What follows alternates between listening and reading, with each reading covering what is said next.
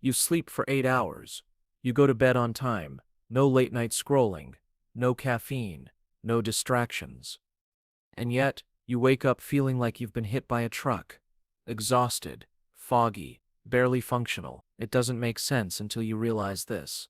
Just because you're unconscious doesn't mean your body is actually resting. Millions of people think they're getting enough sleep. The clock says 8 hours, but their body says otherwise. And here's the uncomfortable truth. Your sleep might be broken in ways you've never noticed. Not because you didn't sleep long enough, but because something silently stole the quality of your rest while you were too tired to notice. You're not lazy. You're not imagining things. And no, it's not just getting older. What you're dealing with is more common than you think, and in most cases completely fixable once you know what to look for.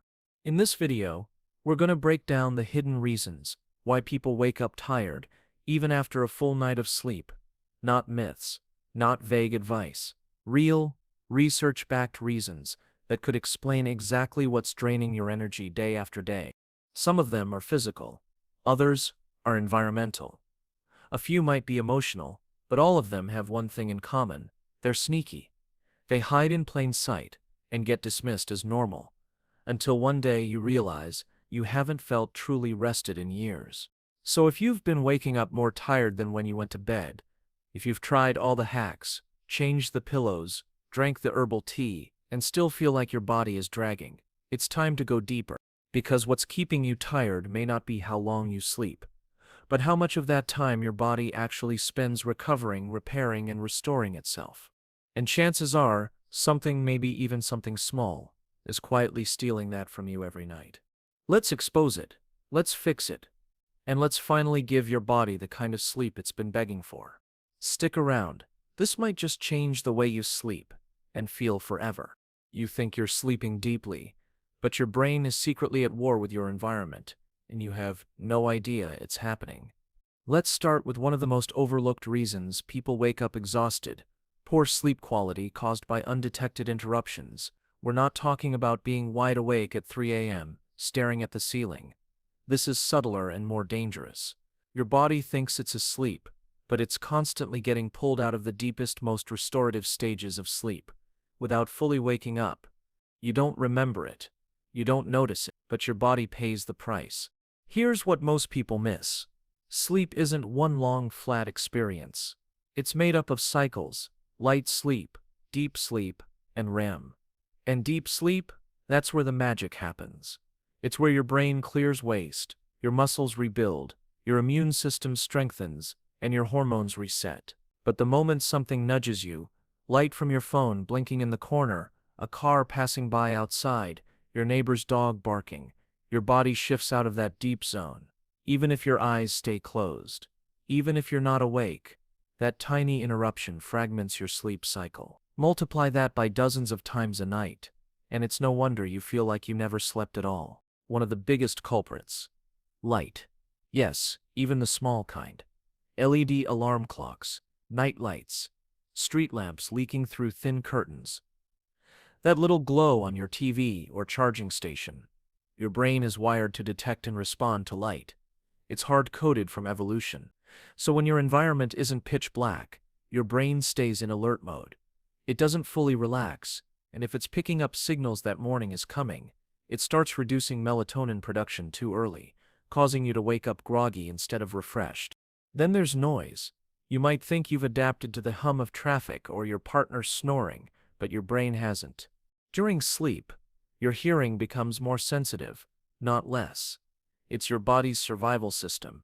Every bump, whisper, or car horn is interpreted as a potential threat. And even if you don't fully wake up, your brain pulls you out of deep sleep to make sure everything's safe. Again, it's invisible, but devastating. Temperature matters too. Studies show the ideal sleep temperature is between 60 to 67 pVF, around 15 to 19 degrees C.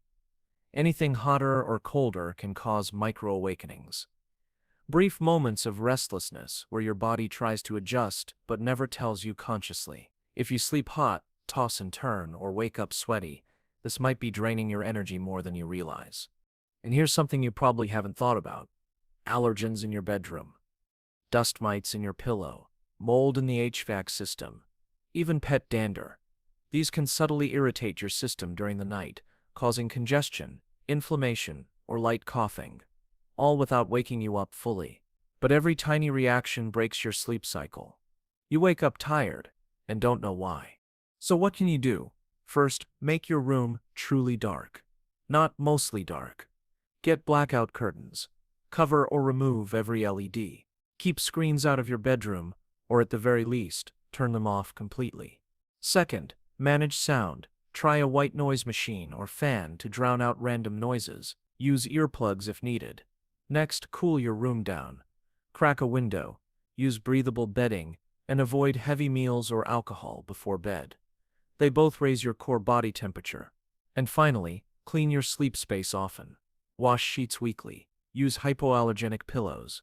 Check for mold. Get an air purifier if needed. The goal is to create a sleep environment that's not just comfortable, but undisturbed. Because if your body is being dragged out of deep sleep over and over again, it doesn't matter how many hours you're in bed, you'll still wake up tired. Fixing your sleep environment won't solve everything, but it's one of the fastest, most powerful ways to improve how rested you feel when you wake up. And once you get this right, everything else becomes a lot easier to fix. But don't get too comfortable. We're just getting started. What's happening inside your body is even more shocking. Your room might be pitch black, quiet, and perfectly cool. But what if the real problem isn't your environment at all? What if the reason you're waking up tired is buried inside your own body, hidden in your blood sugar levels? This is something almost no one talks about, yet it's one of the most common reasons people feel exhausted despite a full night's sleep. And the worst part? You might be unknowingly causing it every single evening. Let's break it down. Your blood sugar isn't just about how your body reacts to sweets, it's about how your entire energy system functions. When your blood sugar dips or spikes during the night, your body panics. It sees this as a survival threat. So what does it do? Trigger stress hormones like cortisol and adrenaline. These hormones jolt you out of deep sleep and force your body into alert mode, even if your eyes stay closed. Here's how it usually starts. You eat a heavy dinner. Maybe there's dessert, maybe you snack later while watching TV. It feels innocent enough, but what you don't see is the delayed effect. Those sugars and refined carbs cause a blood sugar spike, which is immediately followed by a sharp crash while you're asleep. And during that crash, your body wakes up inside.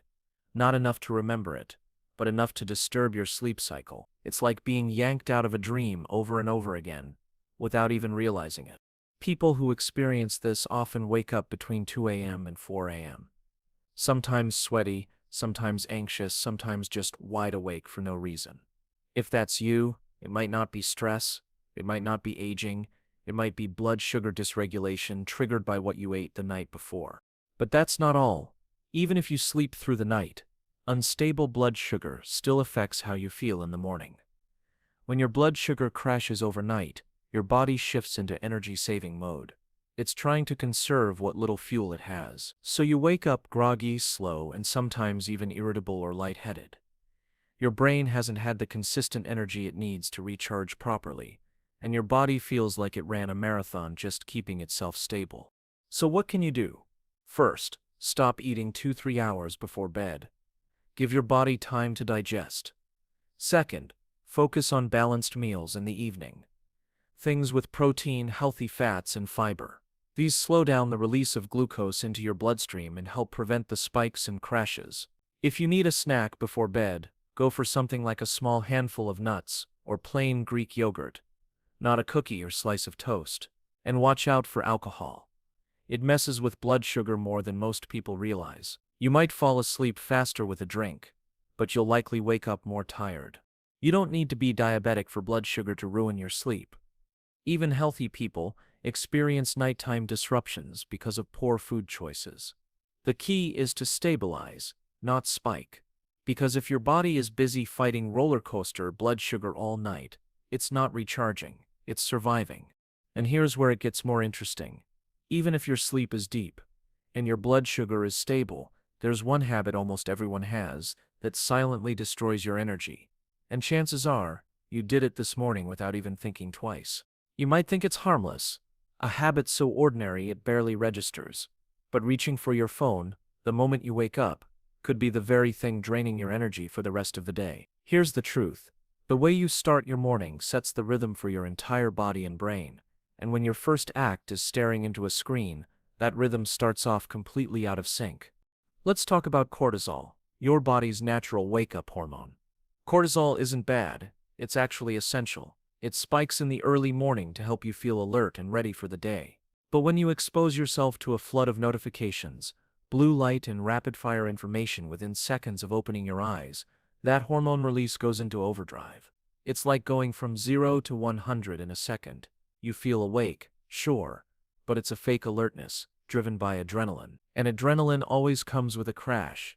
That's why many people feel wired in the first hour of the day, then sluggish, irritable, or distracted by mid-morning. There's also the mental toll. When you grab your phone, you're not just checking the time, you're scrolling through social media, reading texts, seeing headlines, and instantly comparing your life to a highlight reel of other people's. Before you've even had a sip of water, your brain is processing bad news, unrealistic expectations, and digital noise. That tired for no reason feeling. It might actually be mental fatigue, caused by overwhelming your nervous system before it even had a chance to reset. And let's not ignore the light itself.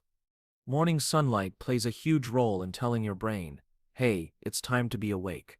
But phone light isn't sunlight. It confuses your internal clock, especially if you're lying in a dark room with a glowing screen inches from your face. Your brain doesn't get the natural cues it needs to fully switch from sleep mode to alert mode.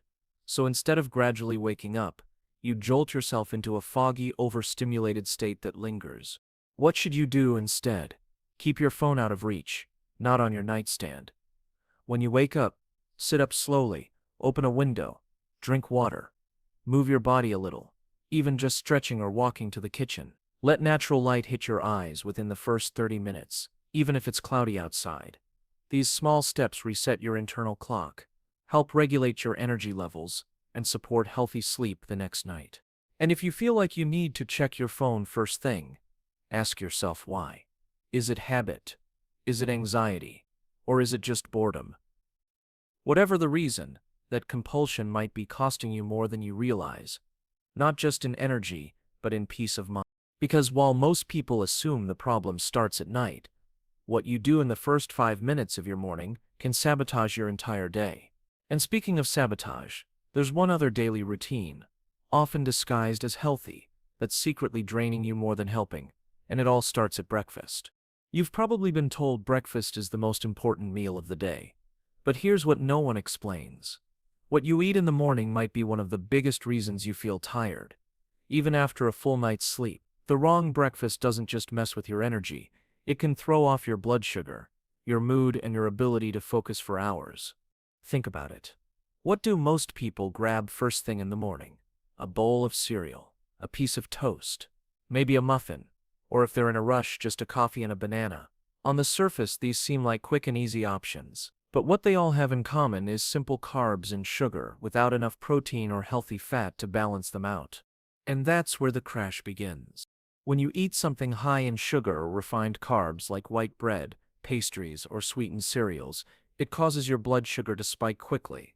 That temporary energy boost might feel good for 20 or 30 minutes, but your body reacts by pumping out insulin to bring those sugar levels back down. The result? A sudden drop in energy. You go from feeling wired to wiped out, not because you didn't sleep, but because your breakfast set you up for a crash. This is called a blood sugar roller coaster, and it's one of the most common reasons people feel exhausted, foggy, or anxious by mid-morning. And the worst part, once that crash hits, your body craves another hit of quick sugar to wake up again. That's why so many people reach for a second coffee or a sweet snack around 10 or 11 a.m. But that just restarts the cycle.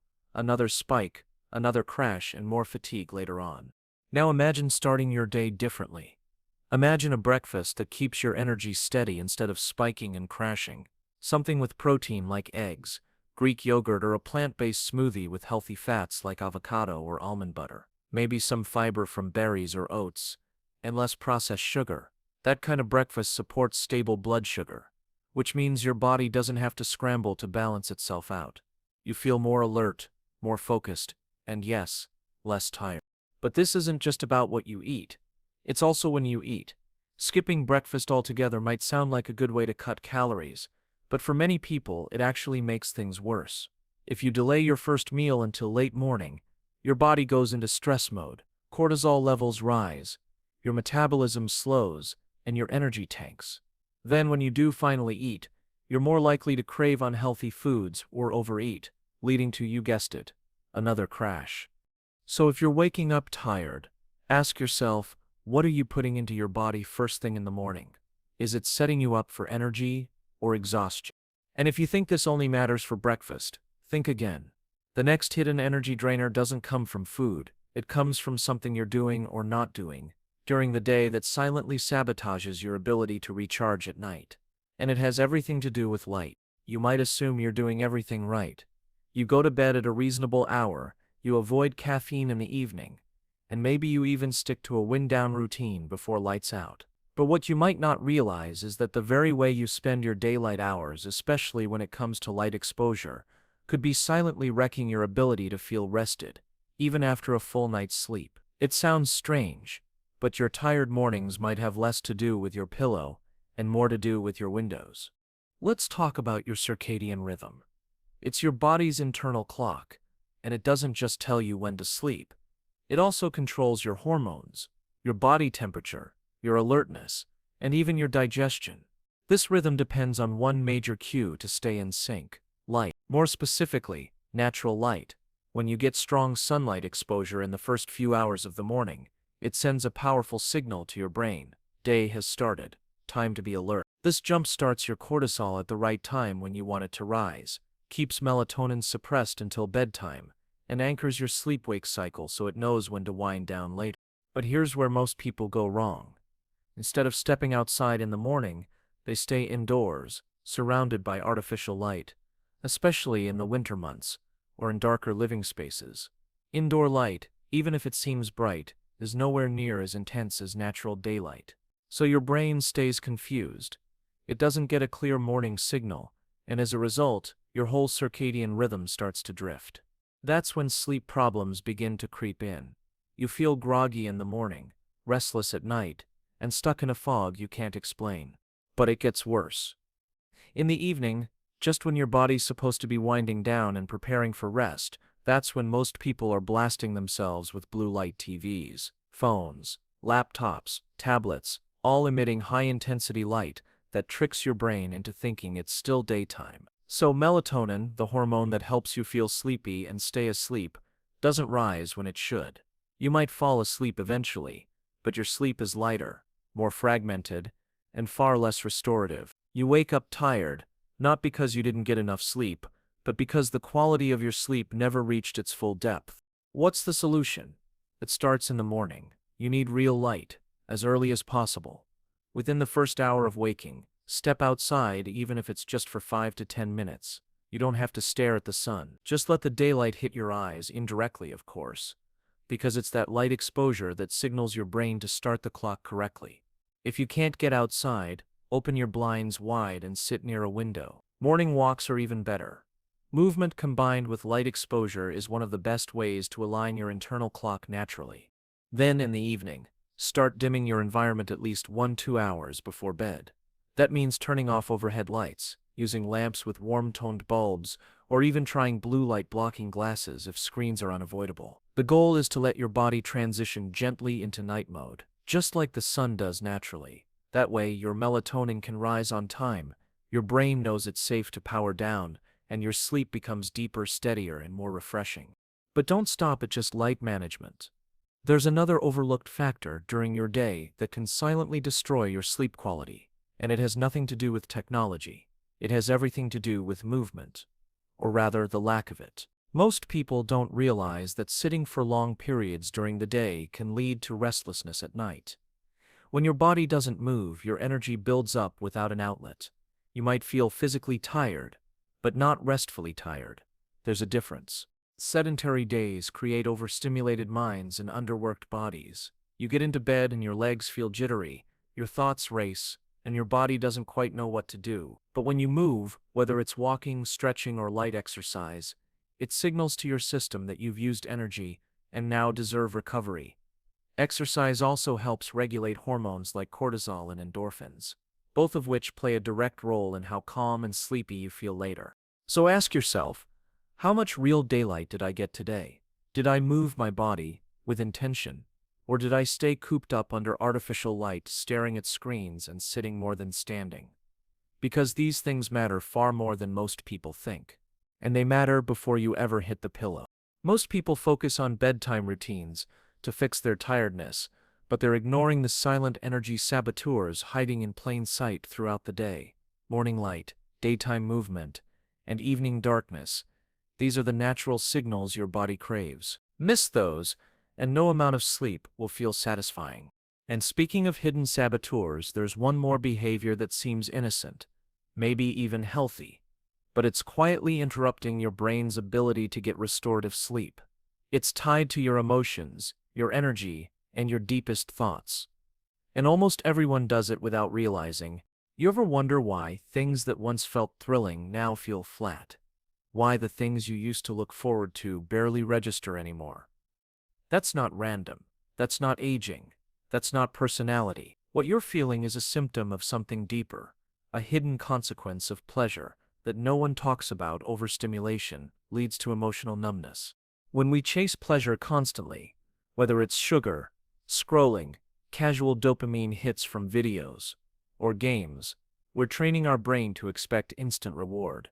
And the brain adapts, it adjusts, it gets efficient. The same hit no longer gives the same high.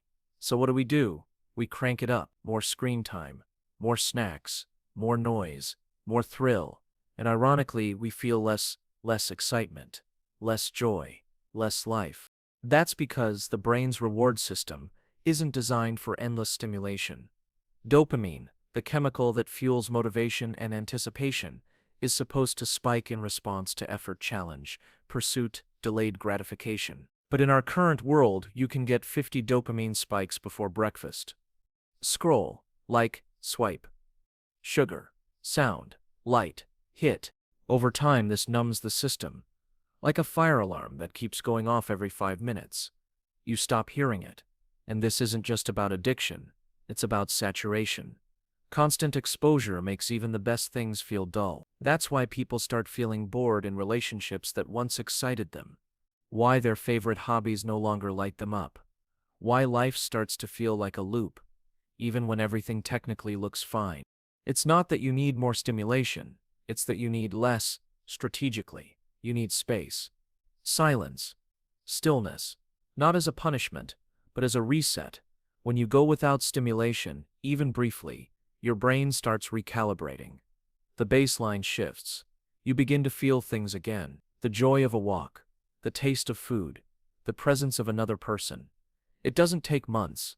Sometimes just a day without noise is enough to remind your brain what real pleasure actually feels like. But this is where most people get stuck. They say, I don't feel like doing anything. And that's exactly the problem. When you've trained your body to expect entertainment constantly, boredom feels unbearable. But boredom is the doorway. It's the detox. It's the only path through. Most people quit before they reach that point. They panic, numb the discomfort with a hit of dopamine, and the cycle continues. And what's the long-term cost? Apathy, burnout, disconnection, a subtle, creeping sadness that no one can quite name. That's the real forgotten consequence. Pleasure without pause becomes a trap. You start to forget what peace feels like, what meaning feels like, what presence feels like. So ask yourself, when was the last time you just sat in silence? No screen, no music, no podcast, just you, your thoughts, your breath? If that sounds uncomfortable, maybe that's exactly what you need. Because reclaiming your energy doesn't always mean adding more. Sometimes it means subtracting what's been quietly draining you. One little dopamine hit at a time. We talk a lot about burnout, fatigue, anxiety, but not enough about recovery. Not the go on vacation and come back tired kind. I'm talking about real deep, nervous system resetting recovery. The kind your body and mind quietly beg for, but that most people resist without even realizing it. Because here's the uncomfortable truth. Real recovery doesn't feel good at first. It feels weird, empty, unproductive, even scary. We're conditioned to associate rest with laziness, stillness with wasting time. Doing nothing, that must mean you're falling behind. So instead of actually resting, we scroll through phones with tired eyes. We binge shows with drained minds. We escape, but we don't recover. And the difference between those two is massive. Escaping numbs the pain temporarily. Recovery addresses it. Escaping delays the crash. Recovery prevents it. But here's why people avoid real recovery. It requires slowing down enough to actually feel what you've been running from. The guilt, the anxiety, the pressure, the things that surface when you're no longer distracted. That's the wall most people hit and retreat from. They feel the discomfort rise and think this isn't working and jump right back into noise, stimulation, and busyness. But if you push through that wall, if you stay with the stillness long enough, something powerful happens. Your body starts to exhale. Your thoughts start to untangle. Your emotions, instead of spinning in loops, begin to soften. This is the part of recovery that's so misunderstood. It doesn't look impressive. You're not meditating on a mountain. You're not journaling with perfect clarity. You're just sitting there, letting your nervous system stop clenching. And that's enough. Think about it like this. If you sprint full speed every day and never stop to breathe, eventually your legs give out. The same thing happens mentally. Your thoughts lose sharpness. Your creativity dries up. You become reactive instead of intentional. That's the cost of never recovering. And it sneaks up on you. You might still be getting through your to-do list, still showing up for work, still smiling on conversations, but inside, you're drained, hollow, running on fumes. The light's on, but no one's home. Recovery changes that. But not the version you've been sold. Not spa days and scented candles and 5 minutes of breath work while your phone's still buzzing nearby. I'm talking about real recovery. Deliberate disconnection. Protecting your energy like it's the most valuable thing you own. Because it is. And once it's gone, everything else, your work, your focus, your relationships, starts to crumble. So what does real recovery actually look like? It starts with boundaries. Saying no to things you should do in favor of what you need to do. It means protecting your sleep, like it's sacred.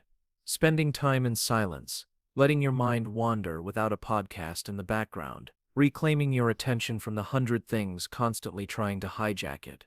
It means not needing to prove your productivity to feel worthy of rest. Most importantly, it means learning how to sit with stillness without judgment.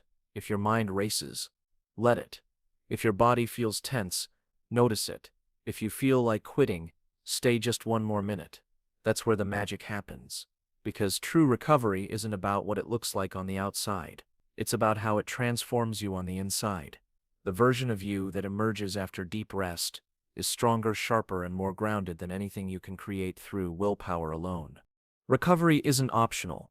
It's not a luxury. It's survival, especially in a world that profits off your exhaustion and rewards your burnout.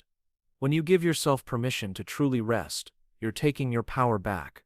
You're saying, I don't exist just to produce and perform. I exist to live. And living, really living, requires energy. Energy that only recovery can restore. So if you're feeling stuck, drained, or lost, don't ask yourself what more you need to do. Ask what you need to stop doing. What can you step back from? What noise can you turn down? What can you release, even temporarily, to create space for your system to breathe again? Because recovery isn't about doing less forever. It's about stepping back long enough to come back stronger. And when you finally do, you'll move through life with clarity, presence, and power. Not because you forced it, but because you finally gave yourself what you truly needed. And that, more than any quick fix or dopamine hit, is what creates lasting energy, purpose, and peace. It's easy to blame poor sleep on diet, screens, or stress. But there's one factor people rarely talk about: emotional weight. The silent tension you carry into bed every night. The unspoken fears, regrets, guilt, or resentment that live quietly beneath the surface until the lights go out, and the room gets quiet, and there's nowhere left to hide. You may think your mind shuts off when you fall asleep, but it doesn't. It keeps working, processing, reacting. And if what it's processing is heavy, unresolved arguments, unspoken pain, shame you haven't faced, it won't let you truly rest. You might sleep 8 hours, but you'll wake up feeling like you've been in a fight all night, because emotionally, you have. Most people don't notice it. They think they're just bad sleepers or wired at night. But what they're actually dealing with is emotional congestion, years of emotional buildup that hasn't been felt, processed, or expressed. And when your nervous system is on edge, even slightly, your sleep quality suffers. You might fall asleep, but you won't fall into deep restorative stages, and your body knows the difference. Think about it. Have you ever gone to bed anxious and woken up more exhausted than when you laid down? Or had a long day where nothing major happened, but emotionally you were carrying 10 different worries at once, and the next morning you felt like you hadn't slept at all? That's emotional weight at work, and it's invisible until it shows up in how tired you feel. Here's where it gets tricky. Emotional weight doesn't always come from big traumas or dramatic events. Sometimes it's the subtle stuff, the constant pressure to keep everyone happy, the fear of disappointing people, the frustration you swallow instead of speak, the perfectionism you carry into everything you do. It's the emotional equivalent of wearing a weighted vest 24/7 and trying to sleep in it. And you may be used to it. That's what makes it dangerous. Over time, emotional stress becomes your baseline. You don't even notice it's there. But your body does. Your sleep cycles do. Your hormones do. Cortisol stays elevated. Your heart rate doesn't drop like it should. Your mind spins at night instead of settling. And the more this continues, the more your body begins to treat rest as a threat, something unsafe. Because when you don't feel emotionally safe, you can't fully let go. And if you can't let go, your body stays in a subtle state of defense, even while you're asleep. It's like trying to relax with one foot still on the gas pedal. No wonder you wake up tired. So how do you fix it? How do you drop that emotional weight so your sleep can finally do what it's supposed to? It starts with acknowledgement. Stop pretending you're fine if you're not. Emotional suppression is the fastest way to drain your body without realizing it. Give yourself permission to feel what you feel, without judgment. Anger, sadness, fear. It's not weakness. It's information. And when you face it instead of suppressing it, your body stops bracing against it. Next, create an emotional release ritual before bed. This isn't woo-woo. It's neuroscience. Your brain needs closure at the end of the day. That could be journaling for 5 minutes, speaking honestly to a voice memo, sitting in silence and naming what you're carrying. Whatever gives your emotions a door to exit through. Use it. Don't bring today's tension into tomorrow's rest. Also, get honest about emotional boundaries. Are you taking on too much for others? Saying yes when you want to say no? Carrying weight that isn't even yours? Emotional fatigue often comes from emotional over-responsibility. You're trying to solve problems that aren't yours to solve, and it's costing you rest. Healing this takes courage, because sometimes the emotional weight you carry is tied to identity. I'm the strong one. I can't let them down. If I stop being everything to everyone, who am I? But ask yourself this: what's the cost of carrying that weight? Is it worth sacrificing your peace, your energy, your health? You are allowed to rest. Not just physically, but emotionally. You're allowed to put the weight down.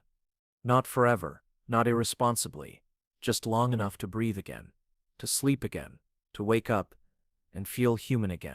One of the most powerful things you can do for your health isn't just eating better or exercising more. It's clearing emotional clutter, and it starts with treating your inner world with the same urgency you treat your outer responsibilities. So tonight, before you sleep, ask yourself, what am I carrying that doesn't belong in my bed? What unresolved emotions am I expecting to wait outside while I sleep? And how can I begin releasing even a little of that, so my body can finally exhale? Because the truth is, your mind might be used to carrying emotional weight, but your body, it's begging you to let it go. And if you do, your sleep won't just feel longer. It'll feel deeper, safer, and finally, truly restorative. So if you've made it this far, let's pause for a moment and really sit with what we've uncovered. Because this isn't just about sleep. It's not just about how many hours you spend in bed or what time you shut your eyes at night. It's about the life you're living and how every part of it, from your physical habits to your emotional load, shows up in that one quiet moment each morning when you open your eyes and ask yourself, why am I still so tired? Waking up tired, even after 8 hours, can feel like one of the most frustrating and confusing experiences. You do everything right. You go to bed on time, you cut caffeine, you try the lavender sprays, the blackout curtains, the white noise machines, but still, your body feels heavy. Your brain feels foggy, and somewhere deep down, you start wondering, is this just the new normal? Is this what aging feels like, or worse, is something wrong with me? And that's where so many people stop. They accept it.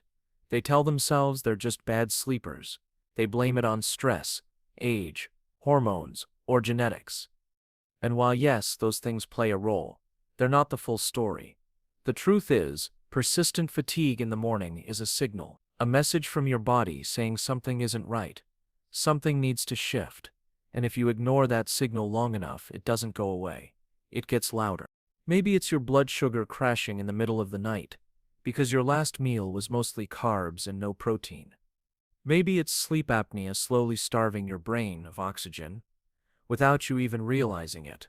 Maybe it's blue light from your phone blocking melatonin. Or maybe it's emotional stress, unspoken, unprocessed, and quietly running your nervous system into the ground while you sleep. The real wake-up call isn't just the alarm clock. It's the realization that your body is trying to protect you.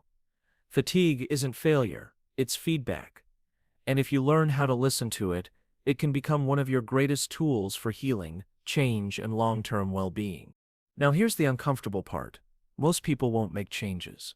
Even after watching a full video, learning all the hidden reasons behind their exhaustion, they'll shrug and go back to the same patterns. Why? Because change is uncomfortable.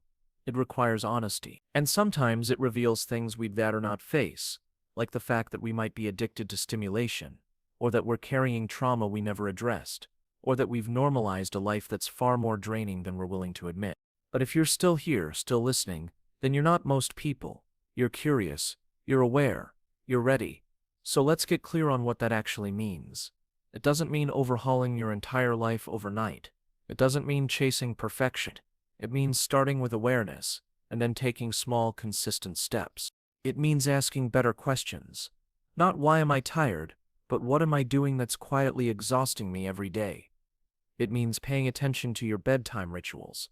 Are they calming, or just distractions? It means noticing how you feel after certain foods, certain conversations, certain routines, and most of all, it means reclaiming responsibility, not blame, but power.